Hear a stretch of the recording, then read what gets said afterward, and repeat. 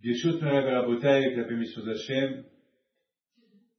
La paracha de cette semaine, c'est la paracha, le début de l'histoire de Yaakov, la vraie histoire de Yaakov Avinu, vraiment, autant que patriarche, elle commence maintenant. Parce que tant qu'il n'a pas affronté Yaakov, tant que Yaakov, il n'a pas affronté Esav, son frère, donc, il est, ça veut dire, Hakadosh Baruch Hu, il a promis toutes les promesses. Une fois que toutes les promesses que Hakadosh Baruch Hu a promis à Yaakov Avinu, Baruch Hashem, ils sont arrivés. Ça veut dire maintenant Yaakov Avinu, ça y est. Hakadosh Baruch Hu a promis à Abraham Avinu, Lech lecha me'artzecha, une fois que tu quittes Haran, tu auras des enfants, tu auras ça et tu auras ça. Beaucoup de promesses. À Yitzhak Avinu, il a promis aussi beaucoup de promesses. Et Yaakov Avinu, les promesses qu'il a promis, que rien qu'à son retour en Eretz Israël. Alors là, maintenant, il est arrivé en Eretz Israël. Donc maintenant, puisqu'il est arrivé en Israël, il a encore un problème à régler avec Esav, son frère. Il y a un problème, parce que maintenant, il faut savoir que le Zohar Kadosh dit que Esav, il avait beaucoup de Hassagot. Esav, sa tête, elle est sainte. Le corps de Esav, il est tamé, mais la tête de Esav, elle est très très pure, il est saint. Parce que n'oubliez pas qu'il a été conçu par Yaakov, par Yitzhak et Rivka. Il n'est pas venu de n'importe où. Il est venu il est venu avec Yaakov. Et j'ai vu dans des livres qui disent que sur Adam Rishon, on appelle Adam Rishon Adam Hagadol Ba'anakim, l'homme géant. Pourquoi? Parce que quand même, il n'y a personne qui peut être comme lui, parce qu'en lui, il y avait toutes les Neshamot de Torah Israël. Et en plus, il n'a pas de père, il n'a pas de mère. C'est Hachem qui l'a créé lui-même. C'est une bria extraordinaire. Et qui aussi s'appelle Gadol? Eh ben, Abraham Avinu alav shalom. Aussi, il s'appelle Gadol, comme c'est écrit dans la Torah, Va'agadela Shimcha. Ça veut dire, il était un homme, un Gadol. Et sur Yaakov et Esav, c'est écrit Va'igvelo al-Ne'arim. Encore, les deux, ils ont grandi. C'est-à-dire, les deux, ils étaient l'équivalent. Mais malheureusement, Yaakov Avinu, il a tout fait. Et Yitzhak et lui, ils ont tout fait pour aider Esav. Mais Esav, malheureusement, lui, il suivait son corps. Mais, à la bataille, on a bien vu dans la Torah que Esav, il voulait à tout prix, recevoir le bracha de son père. Mais pour recevoir la bracha de son père, il l'utilisait uniquement pour son corps. C'est pas logique. La bracha de son père, il devait être une bracha uniquement pour élater le corps. Mais Esav Aracha, il voulait utiliser la bracha de son père uniquement au niveau matériel. Alors, Yitzhak Avinu lui a dit, alors cette bracha-là, je ne l'ai pas donnée, je l'ai donnée à Yaakov. Mais toi, tu veux une bracha matérielle, tu veux une bracha comme tu veux pour l'utiliser selon au niveau de ton corps. Alors, alors tu vas vivre avec ton épée. C'est ce que tu veux. Alors voilà, tu vis avec ton épée. Moi, je voulais te donner une bracha très importante, une bracha qu'elle est spirituelle, mais tu l'as pas voulu. Donc voilà, je te donne une bracha de matériel, une bracha voilà, je te donne Rome, je te donne l'Italie. Voilà, comme Rachid dit. On voit de cette paracha extraordinaire que Yaakov, il n'est pas complètement séparé de Esav. Même que Yaakov, il est parti à Haran, il s'est séparé de lui pendant 36 ans, mais il y a encore Esav chez son père. Alors, Yaakov Avinu maintenant, il faut qu'il affronte Esav. Donc, maintenant, ça répond à la question que vous avez posée. Vous avez posé une question, vous avez dit, comment ça est-ce possible que Yaakov Avinu, il n'a pas et la première chose qu'il a fait, il a fait des cadeaux à Esav. Pourquoi il n'a pas fait des cadeaux à Kadosh Baruch Hu? Pourquoi il n'a pas fait un sacrifice à Kadosh Baruch Hu? Et vous avez raison. Je ne me suis jamais posé cette question. Mais vous avez raison. Pourquoi Yaakov, il n'a pas fait un sacrifice pour Akadosh Baruch Hu? Tout d'abord, on dit merci à Akadosh Baruch Hu, et après Esav. Mais là, on voit qu'il donne à Esav avant Akadosh Baruch Hu. Mais la réponse, elle est, pour que Yaakov, il donne un cadeau, un sacrifice pour Akadosh Baruch Hu, il faut, comme qu'il a, n'oubliez pas, que dans la paracha de la semaine dernière, Akadosh Baruch Hu, il a fait beaucoup de promesses à Yaakov. Et Yaakov, il a dit à Akadosh Baruch Hu, et si tu respectes toutes tes promesses, alors je te fais, et en plus, je vais te faire cette matseva, il avait trouvé une matseva, parce que vous savez, il avait pris 12 pierres, il a dormi sur 12 pierres, et le lendemain matin, ces 12 pierres-là, ils sont devenus une seule pierre. Alors, c'était un grand miracle. Pour lui, c'est extra. C'était magnifique. Ça veut dire que, il a fait les 12 pierres qui sont l'équivalent des 12 Shevatim, parce que Yaakov Avinu était prophète. Il savait qu'il vont sortir de lui les 12 tribus. Parce que n'oubliez pas, Arizal Akadosh dit que dans le ciel, il y a 12 portes, par laquelle les prières est montées à Kadosh Baruch Hu, 12 portes. Donc ces 12 portes-là, c'est les 12 Shvatim. Reuven, Shimon, Lévi, Yehuda, Issachar, 12 Shvatim. Et Yaakov, il savait que ces 12 Shvatim-là, ils vont sortir de lui. Il savait. C'est la raison pourquoi il a préparé 12 pierres. Parce que tout le but à lui, pourquoi il veut partir à Haran, pour se marier et faire les 12 tribus. Donc qu'est-ce qu'elle a fait à Kadosh Baruch Hu? À Kadosh Baruch Hu, il a collé, j'ai expliqué la semaine dernière, alors puisqu'il y a les 12 Shvatim, pourquoi ils se disputaient entre eux? Puisque les 12 pierres, c'était l'équivalent, pourquoi ils ne laissent pas leur père dormir? Pourquoi ils ne laissent pas dormir? Laissez-le dormir, qu'est-ce que vous voulez de lui? Parce que chaque pierre, elle savait qu'elle représentait Reuven, l'autre elle savait qu'elle représentait Shimon, Lévi, Yehuda, laissez-le tranquille, laissez-le dormir. Non. Chaque pierre, chaque tribu, il voulait avoir le zéchout d'avoir de son père une beracha. Alors qu'est-ce qu'elle a fait à Akadosh Baruch Hu? Alors qu'est-ce qu'il a fait? Il les a tous réunis ensemble. Allez, vous allez recevoir tous la même. Et d'ailleurs, vous savez que dans la paracha de Vaïchi, c'est écrit que Yaakov Avinu, il n'a pas béni Reuven, il n'a pas béni Shimon, il n'a pas béni Lévi. Alors, il les a pas bénis, non.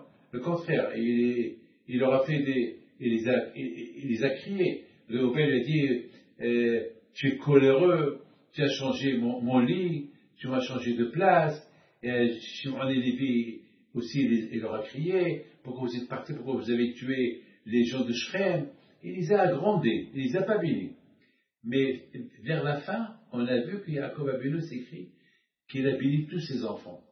Les Hacham lui disent de là on voit que même qu'il les a grandés, à la fin il a béni tout le monde. Il a béni tout le monde.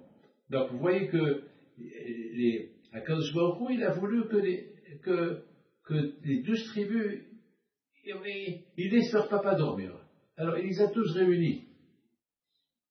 Et il les a collés, donc le lendemain, Yaakov Avinu se réveille, il trouve une seule pierre. Là il a compris que, et en plus il y a un miracle, il a trouvé une petite fiole d'huile. Il l'a trouvé. C'est un nes. Il a trouvé une petite. Il y a ceux qui disent que cette petite fiole d'huile, Shemen, c'est du Vev Neshama. Il avait cette petite fiole d'huile tout le temps avec lui. Je ne sais pas. Je ne veux pas rentrer dans les détails parce que sinon c'est pas le cours. Mais à Kolpanim, on voit que Yaakov Avinu alav shalom, lorsqu'il s'est réveillé, avec toutes les promesses que Hachem lui a promis dans le rêve, je vais te protéger, et je vais t'aider à se marier, je vais te protéger de Lavan, je vais te protéger de Esav, que Esav il ne va pas te poursuivre jusqu'à Haran, et je vais te faire, jusqu'à que tu retournes chez ton père. Alors, c'est pour ça que Yaakov Avinu a dit, Hachem, alors si tu as accompli toutes tes promesses, alors moi Yaakov, je vais te construire un autel de sacrifice, je vais faire. Donc Yaakov Avinu, tant qu'il n'a pas réglé le compte avec Esav, il ne pouvait pas faire un sacrifice à Akadosh Baruch Hu. Parce qu'un sacrifice, c'est un remerciement. Mais là, Yaakov Avinu, il devait attendre jusqu'à ce qu'Akadosh Baruch Hu, il accomplit toutes ses promesses. C'est après que, une fois qu'Akadosh... Et d'ailleurs, Hachamim disent que Yaakov Avinu, parce qu'il a tardé d'accomplir la promesse, parce qu'une fois qu'Akadosh Baruch Hu, il l'a libéré de Lavan, Akadosh Baruch Hu, il l'a libéré de Esav. Alors Yaakov Avinu, il a tardé un peu, il n'a pas construit le sacrifice. Sa fille Dina a été violée. Ah oui, Hachem il a puni. Sa fille Dina, elle a été violée. Rachi le dit. Et alors sa fille Dina, elle a été violée. Akadosh Baruch Hu dit à Yaakov, qu'est-ce que tu attends? Où est ta promesse? Moi j'ai accompli mes promesses. Et toi tes promesses, où ils sont? Tu as promis que si je te sauve de Yaakov, je te sauve de Lavan, tu te maries, tu as des enfants, et tu viendras à l'endroit où tu es arrivé avec moi, et là-bas tu vas construire l'autel de sacrifice. Pourquoi tu ne l'as pas fait? Vous savez, maintenant je vais vous dire quelque chose. C'est grave ce que je vais vous dire. Quand même, est-ce qu'Yaakov Avinu il mérite que sa fille Dina soit violée? Parce qu'il a tardé un peu pour accomplir la promesse qu'il a promis à Akadosh Baruch Hu, à cause de ça. Non, il y a beaucoup de raisons. Tout d'abord, Yaakov Avinu, il a fait quelque chose qu'il ne fallait pas faire. Le fait qu'il a caché Dina, il n'a pas montré à Esav, Akadosh Baruch Hu lui a dit, pourquoi tu la caches de Esav? Peut-être elle va le rendre Bitchouva. Pourquoi? Peut-être elle va le rendre Bitchouva.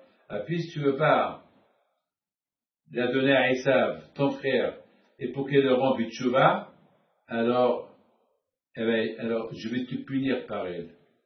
Mais quand même, le pauvre Yaakov Avinu, est-ce qu'il va donner sa fille à un rachat? Hein? D'ailleurs, même à Akadosh Baruch Hu, le prophète dit, quand Akadosh Baruch Hu dit, va Ohav et Yaakov et Esav Seditiv. J'aime Yaakov et Esav, je le déteste. Alors comment tu peux expliquer, comment tu peux comprendre que Akadosh Baruch Hu déteste Esav et Yaakov il va donner sa fille à Esav le rachat, lui qui est marié avec des goyotes, lui qui a Eliphaz, son fils Eliphaz, il a ruiné. Vous connaissez l'histoire que lorsque Yaakov s'est sauvé de Esav, Esav lui a envoyé Eliphaz, et Eliphaz lui a enlevé tout son argent. Il a dévalisé, il a tout pris. Quoi? Yaakov Avinu va donner dinar à Esav? C'est impossible. Mais c'est logique. Mais quand même, Akadosh Baruch Hu, vous savez, je vais vous dire un argument extraordinaire. Akadosh Baruch Hu sait que Esav jamais va faire Teshuvah. Ah, pourquoi il va punir Yaakov? Mais toi, Hachem, tu sais que Esav, même si Yaakov lui donne dinar, il ne va pas faire Teshuvah. Alors pourquoi tu le punis? Parce qu'il n'a pas donné dinar. La réponse, elle est, Akadosh Baruch Hu, il ne voit pas. Parce qu'il y a ce qu'on appelle le libre arbitre. Parce que si maintenant Akadosh Baruch Hu va commencer à punir chacun, alors Akadosh Baruch Hu sait que celui-là qui va naître, il va être lâché toute sa vie. Alors qui le tue au ventre de sa mère? Pourquoi Hachem n'a pas tué Hitler dans le ventre de sa mère? Pourquoi Akadosh Baruch Hu laisse les Shaim naître? Quel intérêt il a Akadosh Baruch Hu à laisser les Shaim vivre? Eh bien, c'est ça le libre arbitre. Le libre arbitre, c'est quoi Akadosh Baruch Hu? Il ne voit pas. Il ne voit pas. Akadosh Baruch Hu, il est droit. Il est émet. Yaakov, tu es émet? Oui. Alors si tu es émet, pourquoi tu n'as pas donné une chance à ton frère? Mais Akadosh Baruch Hu, comment je peux donner ma fille à un rachat? Et qui te dit qu'il va être rachat? Et peut-être il va faire tes chevaux. Donc il y a un doute. Peut-être oui, peut-être non. Et surtout, n'oublie pas ce que je t'ai dit tout à l'heure, que Yaakov et Esav, ils ont atteint à être, ils pouvaient être, être les deux patriarches, il pouvait être Esav un patriarche. On aurait pu dire Abraham, Yitzhak, Yaakov et Esav. C'est incroyable. Parce que Esav, il avait sa tête, elle est sainte. D'ailleurs, lorsque Yaakov est mort, la tête de Esav aussi, le jour que Yaakov a été enterré, Esav, il est venu pour empêcher les enfants de Yaakov, pour que Yaakov soit enterré. Il y avait quelqu'un qui s'appelle Hoshim ben Dan, le fils d'Adan. Il a dit à ses enfants, qu'est-ce qui se passe? Pourquoi vous ne vous enterrez pas Yaakov? Parce qu'Esav, il réclame que la place qui reste à Marpella, il réclame que c'est à lui. Mais comment c'est à lui? Mais c'est un rachat. Ce rachat avait été enterré avec Abraham, Yitzhak et Yaakov, il a arraché la tête. Et le Midrash, il dit que la tête de Esav, elle a dégringolé jusqu'à qu'elle est tombée entre les pieds de Yaakov Avinu dans la tombe. Et Yaakov Avinu, il a ouvert ses yeux, et après il a fermé ses yeux. Donc la tête de Esav, elle est enterrée à Ma'at Marpella. Vous vous rendez compte, un rachat, comme Esav, sa tête, elle est avec les Avot. Parce que sa tête était sainte. Mais pas le corps. Dommage. Donc maintenant, on peut comprendre, quand je dis Yaakov, la tête de Esav, elle est sainte. C'est vrai, le corps. Mais peut-être que Dina, elle aurait pu réparer le corps de Esav. Donc, finalement, on voit que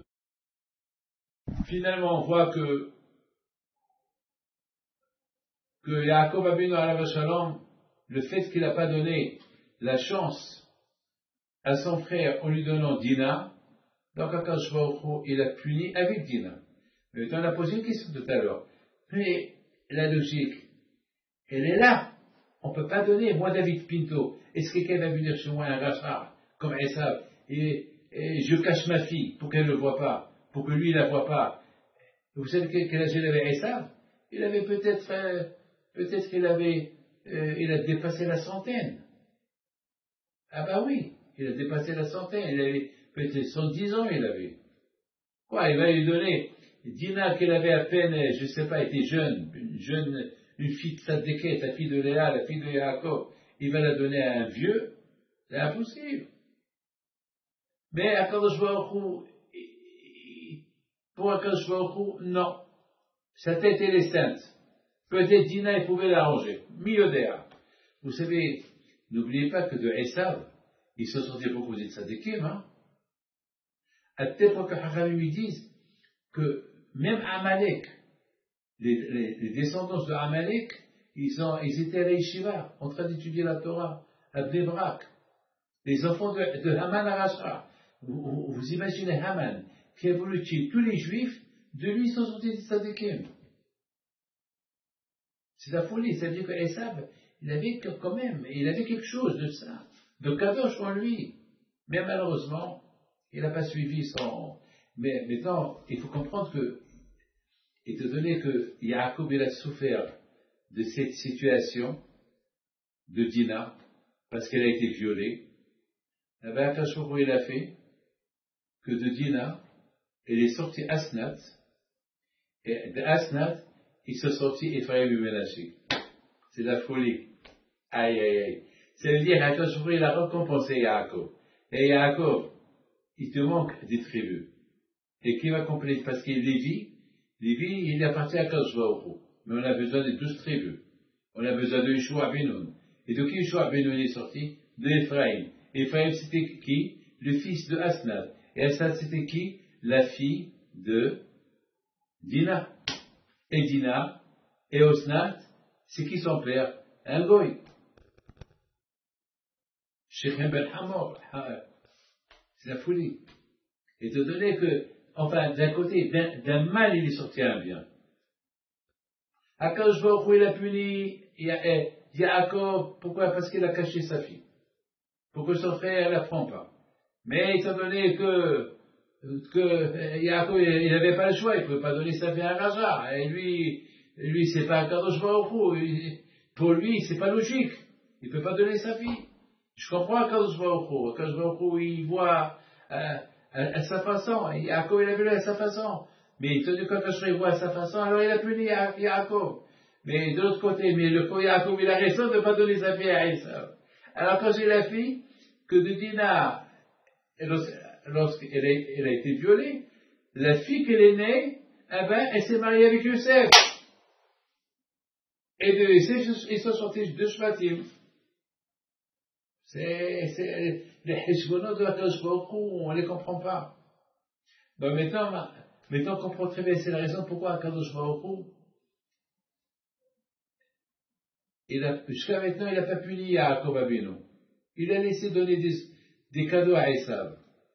Mais une fois qu'il a donné des cadeaux à Esav, maintenant, ça y est, Hachem, il dit à Yaakov, je t'ai protégé de Esav, il a fait la paix avec toi, il voulait même rester avec toi, et toi tu n'as pas voulu qu'il reste avec toi. Alors, qu'est-ce que tu attends? En plus, vous savez que c'est Yaakov, au lieu qu'il va chez son père, il voit que Esav est parti à Séir, alors toi Yaakov va chez ton père. Non, il a acheté le terrain à Shrem. Il s'est installé à Shrem. Attends, Yaakov, attends, c'est pas normal. Hachem, il a accompli toutes les promesses avec toi, et toi, tu achètes une terre et tu t'installes à Shrem. Mais va chez ton père, il t'attend. Toute la peur que tu avais peur parce que tu restes. C'est écrit dans. Vous allez aimer ce que je vais vous dire. C'est écrit dans Chachamim que pourquoi Yaakov il a eu peur. Pourquoi tu as peur? Mais Akash t'a promis qu'il te protège. Il a eu peur parce qu'il a vu que Esav, il vient avec la mitzvah que Yaakov il n'a pas. Parce que Yaakov il dit, Im Lavan Garti, j'ai habité avec Lavan et j'ai respecté ses 113 mitzvot. Esav, il écoute cette déclaration de Yaakov et qu'est-ce qu'il fait Esav? Il vient faire la guerre contre Yaakov. Pourquoi? Parce que Esav dit à Yaakov, tu es un menteur. Toi qui dis que tu es maître. Toi qui dis que tu as respecté 613 mitzvot. Non, tu as respecté que 612 mitzvot. Parce que la mitzvah de Kibud Avaim, tu ne l'as pas respectée. Respecte ton père et ta mère. Moi, je suis resté avec eux. Toi, tu n'étais pas avec eux. C'est pour ça que Yaakov il a eu peur. Il a eu peur de ça. Maintenant, admettons que Yaakov, il peut trouver une solution. C'est pas de ma faute, c'est ma mère qui m'a dit, va-t'en d'ici. Et Hachem m'a dit, va-t'en d'ici, jusqu'à que je vienne chez toi dans le rêve, je te dis retourner, tu retournes. Mais maintenant, puis Akash lui a dit, tu peux retourner, et maintenant il s'est marié, il a des enfants, il est riche. Alors maintenant, et en plus, il a gagné le Malach, après il a gagné Esav. Alors, va respecter ton père et ta mère. Pourquoi tu t'installes? Tout l'argument de Esav contre toi, c'est parce que tu n'as pas cette mitzvah. Alors maintenant que tu as la possibilité de respecter cette mitzvah, en allant chez Yitzhak et Rivka, alors va. Non, Yaakov qui s'est fait, il achète real estate, il construit des soukot pour son bétail, et il construit des maisons pour sa famille. Mais attends, et Kibud Avaim? C'est pour ça qu'un jour, il a dit, bon, c'est comme ça, alors,